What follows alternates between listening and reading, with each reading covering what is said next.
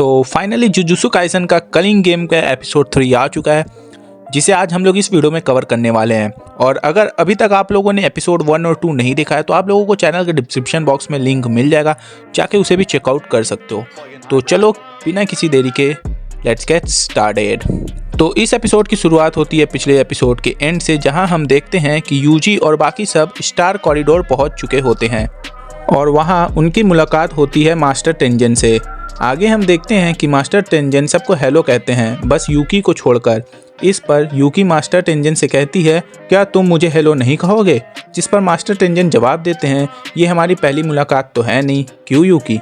इसके बाद यूकी पूछती है, तुमने टेंजन बॉम्ब को सील क्यों कर दिया था? मास्टर टेंजन कहते हैं, मुझे लगा कहीं तुम किंजाकू के साथ तो नहीं हो।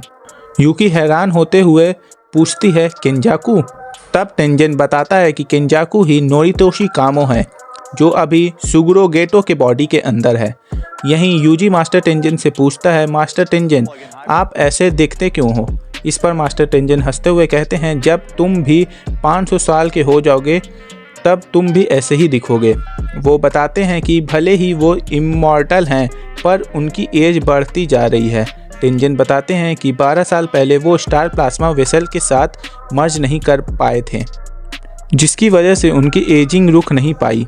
यूकी पूछती है, तो क्या हुआ? उसके बाद कोई दूसरा स्टार प्लाज्मा वेसल नहीं मिला था?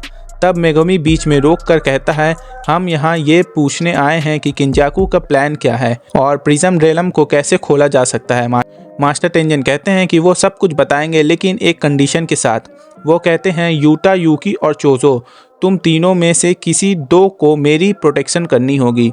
ये सुनकर सब शॉक हो जाते हैं, क्योंकि उन्हें लगता था मास्टर टेंजन इमॉर्टल है। लेकिन यूकी मान जाती है और पूछती है, हमें कितने दिन तक आपको गार्ड करना होगा? इसके बाद मास्टर टेंजन किंजाकू के प्लान के बारे में बताते हैं। किंजाकू का ऑब्जेक्टिव है पूरे जापान के ह्यूमंस को इन्वॉल्व करना। मेगुमी कहता है कि उन्हें ये तो पता है, लेकिन वो पूछता है कि किंजाकू ने बैरियर टेक्निक का यूज़ क्यों नहीं किया और क्यों आइडल ट्रांसफिगरेशन का सहारा लिया। मास्टर टेंजन एक्सप्लेन करते हैं कि इतने बड़े एवोल्यूशन के लिए बहुत ज़्यादा कर्स एनर्जी चाहिए और जिस मेथड से किंजाकू एवोल्यूशन करना चाहता है उसमें मास्टर टेंजन और ह्यूमन काइंड को मर्ज करना होगा। यूजी पूछता है, क्या ये पॉसिबल भी है? टेंजन बताते हैं कि पहले वो सिर्फ स्टार प्लाज्मा वेसल के साथ मर्ज कर सकते थे, लेकिन अब वो इतना इवॉल्व हो चुके हैं कि किसी के साथ भी मर्ज हो सकते हैं।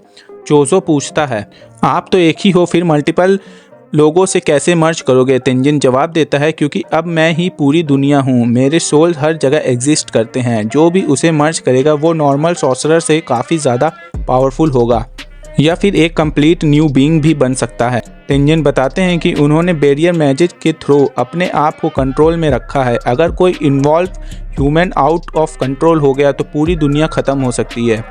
टोक्यो का जो हाल होगा वो पूरे वर्ल्ड का भी हो सकता है। यूजी पूछता है, किंजाकू ये सब क्यों करना चाहता है? पर इसका जवाब मास्टर टेंजन के पास भी नहीं होता है। माकी पूछती है, आप मर्ज होने से रिफ्यूज़ क्यों नहीं कर देते हैं? टेंजन बताते हैं कि वो अब ह्यूमन से ज़्यादा एक कर्स स्पिरिट बन चुके हैं और इस वजह से कर्स स्पिरिट मैनिपुलेशन वाले सॉर्सरर के लिए वो परफेक्ट टारगेट हैं। तब सब समझ जाते हैं कि किंजाकू ने गेटो की बॉडी क्यों ली। टेंजन बताते हैं कि किंजाकू बैरियर टेक्निक्स में उनके बाद सबसे पावरफुल है और वो कभी भी टेंजन के टॉम्ब को अनडिफाइन कर सकता है, लेकिन वो अभी तक ऐसा नहीं किया है क्योंकि उसके पास अभी इनफ कर्स एनर्जी नहीं है। फिर हम किंजाकू का पास्ट दिखाया जाता है। वो 2 बार 6 आई यूज़र से हार चुका है, इसलिए वो समझ जाता है कि वो उन्हें कभी हरा नहीं, इसलिए वो स्टार प्लाज्मा वेसल और 6 आई यूज़र को बचपन में ही मार देता था। लेकिन हर बार मर्ज के दिन एक नया 6 आई यूज़र और वेसल अपीयर हो जाता था। तब एंट्री होती है टोजी फुशिगोरो की, जो स्टार प्लाज्मा वेसल को मार देता है। इससे टेंजन का मर्ज रुक जाता है और उनकी एवोल्यूशन स्टार्ट हो जाती है। बाद में गेटो जैसा सॉर्सरर आता है जिसके पास कर्स मैनिपुलेशन होती है और धीरे धीरे किंजाकू का प्लान शेप लेने लगता है। फिर टेंजन बताते हैं कि कलिंग गेम इसलिए हो रहा है ताकि किंजाकू कर्स एनर्जी कलेक्ट कर सके। सॉर्सरर के फाइट से जो एनर्जी निकलेगी उसी से फाइनल मर्जिंग होगी। वो ये भी बताते हैं कि कलिंग गेम का मास्टर किंजाकू नहीं है, इसलिए अगर किंजाकू मर भी जाए तब भी ये गेम चलता रहेगा। गेम तब तक चलेगा जब तक सारे प्लेयर्स या तो मर नहीं जाते या पार्टिसिपेट करने वाले रिफ्यूज़ ना कर देते हैं, जो कि बेसिकली डेथ ही है। यूता कहता है कि उन्हें गेम में पार्टिसिपेट करके रूल्स ऐड करने होंगे ताकि मेगुमी के बहन और अनविलिंग पार्टिसिपेंट को बाहर निकाला जा सके। मेगुमी कहता है कि गोजो सेंसे को फ्री करना होगा क्योंकि वो अकेले ही सब कुछ हैंडल कर सकते हैं। मास्टर टेंजन प्रिज्म रेलम का बैक गेट देते हैं पर बताते हैं कि बिना फ्रंट गेट के ये काम नहीं करेगा। ऑल्टरनेट मेथड है इन्वर्टेड स्पीयर ऑफ हेवन और ब्लैक रोप, लेकिन दोनों ही अब अवेलेबल नहीं हैं। लास्ट में वो बताते हैं कि कलिंग गेम में 1000 साल पुराना सॉर्सरर एंजल भी है जो प्रिज्म रेलम खोलने में मदद कर सकता है। शायद वो टोक्यो के ईस्ट साइड में हो। फिर गेम के रूल एक्सप्लेन होते हैं जिसमें 19 डेज का लिमिट पॉइंट सिस्टम, कोगेन गाइड, रूल्स ऐड करने के कंडीशन और फाइनल रूल्स जिसमें 19 दिन तक पॉइंट सेम रहने पर डेथ होती है। एंड में सब अपने रूल्स डिसाइड करते हैं।